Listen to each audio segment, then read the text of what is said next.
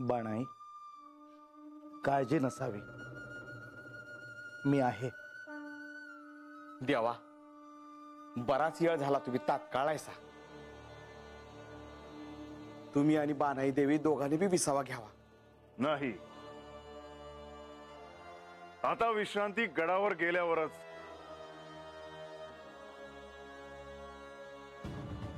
पर देवा, म्हाळसा देवीनी याच गडावर नाही येऊ दिलं तर काय करायचं हो? बानू गडावर आली आहे नव्हे, मी तिला येथे घेऊन आलो आहे, आणि तेही परत न जाण्यासाठी. आता बानू परत माघारी जाणार नाही.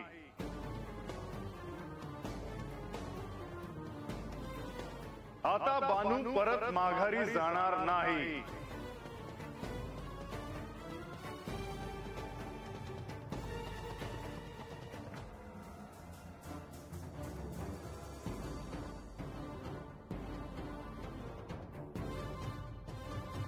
म्हाळसा, शांत हो.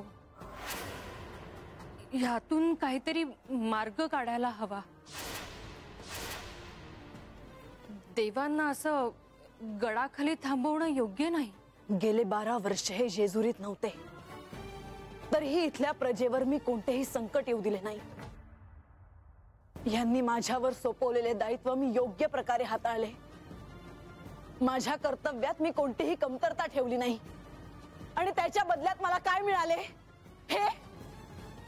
म्हाळसा, पण गेली 12 वर्ष मी त्यांच्या आतुरतेने वाट बघत होते, आणि आज तेच माझ्या समोर त्यांच्या दुसऱ्या पत्नीला घेऊन येत आहेत, आणि मी त्यांचं तिच्या सोबत स्वागत करावं? तिचा स्वीकार मी कसा करू? तिच्यासाठी या गडावर तसूभरही जागा नाही.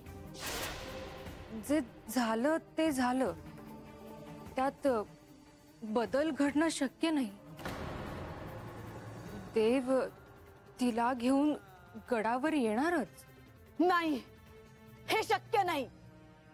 काहीही झालं तरी मी हे होऊ देणार नाही. त्यांना यायचं असेल तर त्यांना त्या बानूला खाली सोडूनच गडावर यावं लागेल, नाहीतर मी त्यांना देखील गडावर येऊ देणार नाही. त्यांना यायचं असेल तर त्यांना त्या बानूला खाली सोडूनच गडावर यावं लागेल,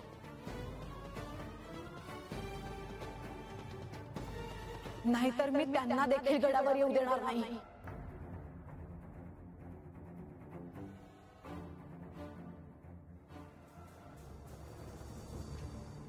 बानू, तेव्हा माझ्यामुळे तुम्हासनी कष्ट न ग. माझ्या पायी तुम्ही असं उन्हातानात उभा हायसा. समधी लोक होतय ते पाहत्यात. कशासाठी एवढं? म्या माघारी जाते. तुम्ही माझ्या गळ्यात मंगळसूत्र घातलं, मला समजा मिळालं. आता मला अजून काय बी न ग. बानू, मी तुला इथे घेऊन आलो आहे, आणि जर तू माघारी जाशील तर मीही तुझ्या बरोबर येईल. देवा, बाणाई, असे कोणतेही निर्णय नको घ्यायला. तुम्ही जेजुरीत परत आलात ते जाण्यासाठी नव्हे. देवा, तुम्ही जायची गोष्ट नका करू सा. अहो, तुम्हीच नसाल तरी जेजुरी जेजुरी नाही राहायची.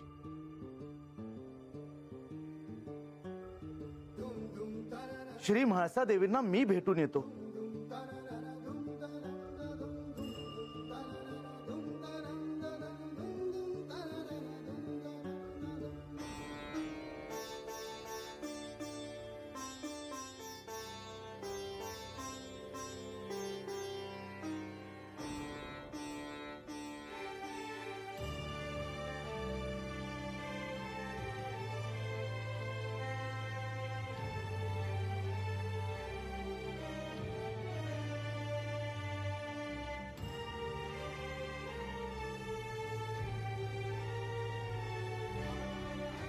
या प्रधानजी, इतकं सारं घडतं आहे आणि अजून तुम्ही निरोप घेऊन कसे नाही आलात याचाच मी विचार करत होते. देवी, तुमच्या क्रोधाची मला कल्पना आहे, परंतु मी इथे माझं कर्तव्य पार पाडायला म्हणून आलो आहे.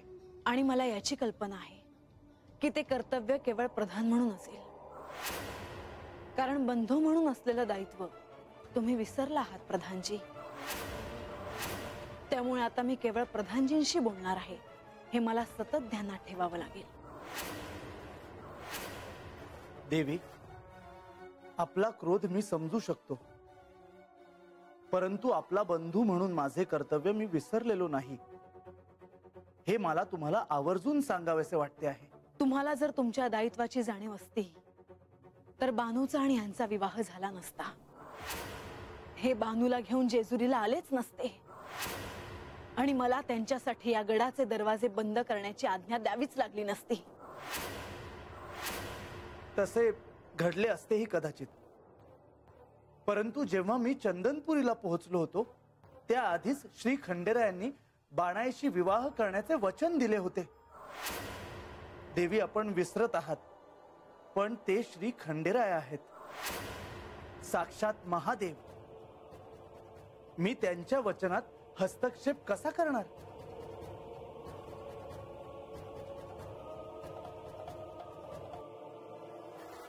तुम्ही आत्ता इथे का आला आहात प्रधानजी?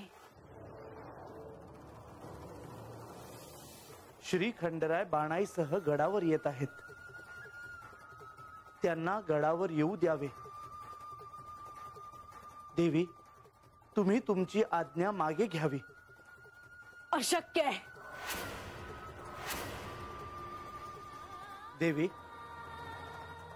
श्री खंडेरायांच्या दर्शनासाठी सारी जनता गडाच्या दिशेने श्री खंडेरायांबरोबर येत आहे. जेजुरीच्या वेशीपासून गडाच्या पायथ्यापर्यंत सगळीकडे अलोट गर्दी जमली आहे आणि त्यांच्या समोर जे घडते आहे ते योग्य नव्हे. देवी, यावर मला काहीही बोलायचे नाही प्रधानजी. यांनी बानूशी विवाह करताना या गोष्टीचा विचार का नाही केला? जर त्यांना याचे गांभीर्य जाणवले असते तर यांनी दुसरा विवाह करण्याचा विचार कधीही केला नसता. परंतु त्यांच्या असं करण्यामागे काहीतरी प्रयोजन असेल असं तुम्हाला नाही का वाटत? तुम्ही काय बोलता आहात प्रधानजी? माझा आणि यांचा विवाह होण्याआधीपासूनच बानू यांना साध्य करण्यासाठी तपश्चर्या करत होती आणि हे मला ठाऊक होतं, हे यांना देखील ठाऊक होतं. हे सारं घडत असताना जर त्याच्या मागे काही प्रयोजन असेल तर हे मला यांनी आधी का नाही सांगितलं? बोला प्रधानजी, तुमच्याकडे आहे या प्रश्नाचं उत्तर? देवी, या प्रश्नाचं उत्तर माझ्याकडे आहे, परंतु ते मी तुम्हाला सांगू शकत नाही, कारण जर मी तुम्हाला ह्या क्षणी सारं काही सांगितलं तर ही शिवलीला संपुष्टात येईल. सत्य काय आहे, हे सारं का घडतं आहे, हे सारं एक दिवस श्री खंडेरायच तुम्हाला सांगतील. प्रधानजी, तुमचे मौन मला सारे काही सांगून गेले. तुम्ही देखील निरुत्तर झाला आहात. नाही देवी, मी केवळ एवढाच विचार करत होतो की इतक्या वर्षांनी श्री खंडेरायांचे जेजुरीत आगमन झाले आहे आणि आता ते आपल्या आज्ञेमुळे गडावर येऊ शकत नाहीत. जर श्री खंडेराय पुन्हा जेजुरी सोडून गेले तर काय अनर्थ होईल हे आपण देखील जाणता. इतक्या वर्षाच्या विरहानंतर जर तुमची श्री खंडेरायांशी भेटच झाली नाही तर तुम्हाला किती दुःख होईल हे मी जाणतो. तशीच ती ओढ श्री खंडेरायांना देखील लागली आहे. परमनियतीने जे काही लिहून ठेवले आहे त्यामुळेच हे सारे घडते आहे. देवी, माझे ऐका, आज्ञा मागे घ्या, नाहीतर आपण असा काहीतरी मार्ग काढू ज्यामुळे सारं काही सुरळीत पार पडेल.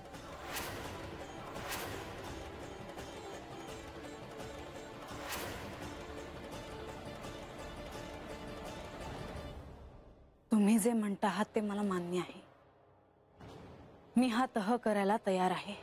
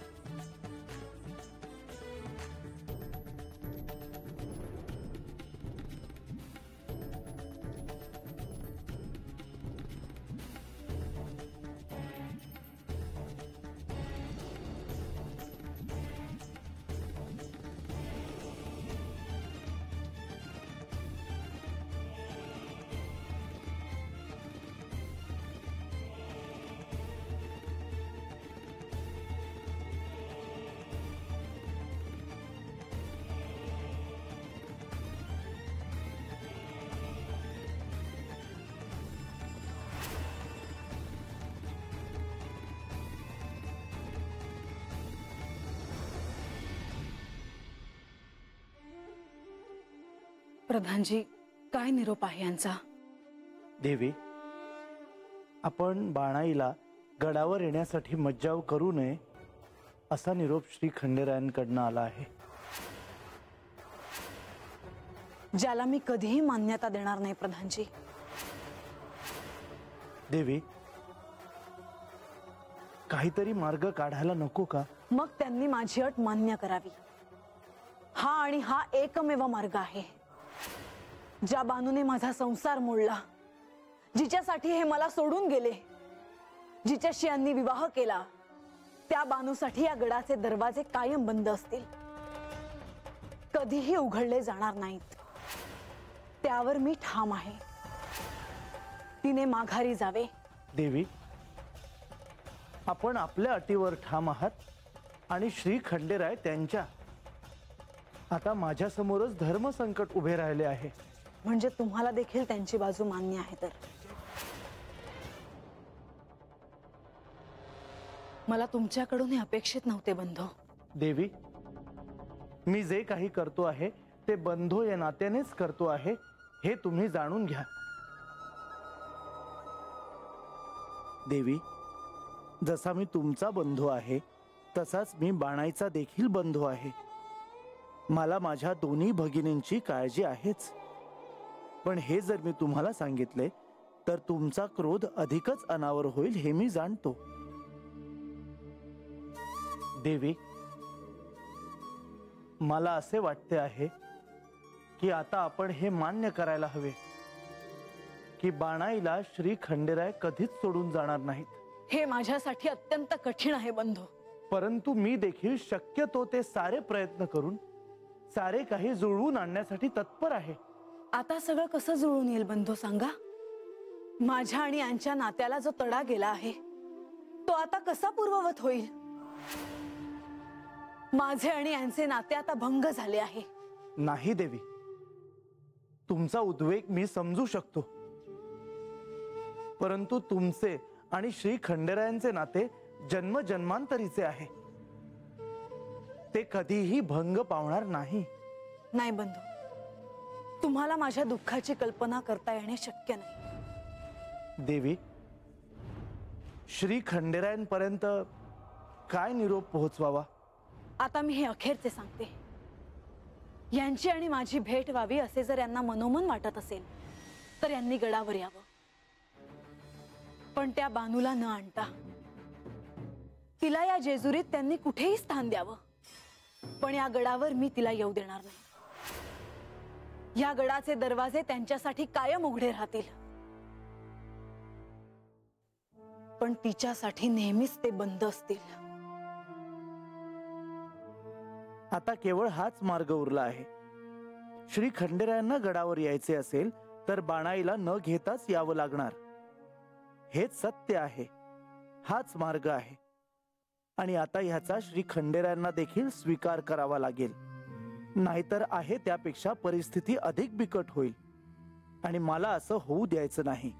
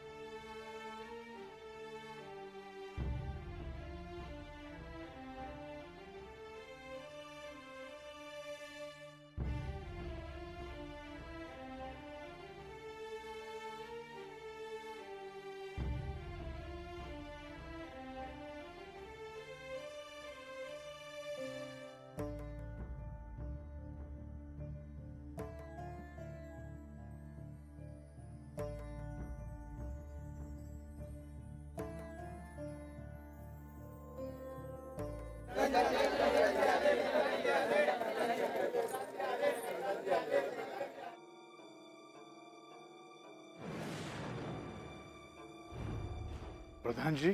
देवा, मला तुमच्याशी बोलायचे आहे. बोलावे प्रधानजी. देवा, बाणाई समोर अशा गोष्टी नको.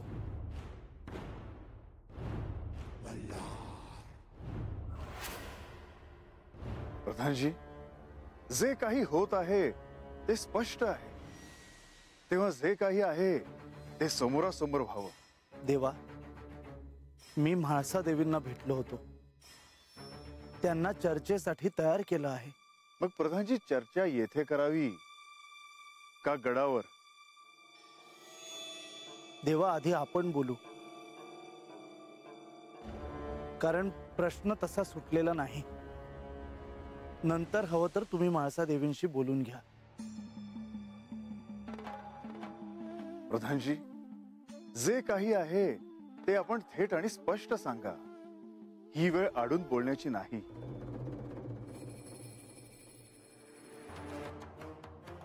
देवा, मला हे सांगायला जड जातं आहे. म्हाळसा देवींनी तुम्हाला निरोप दिला आहे की तुम्ही गडावर येऊ शकता, परंतु बाणाईला गडावर येता येणार नाही.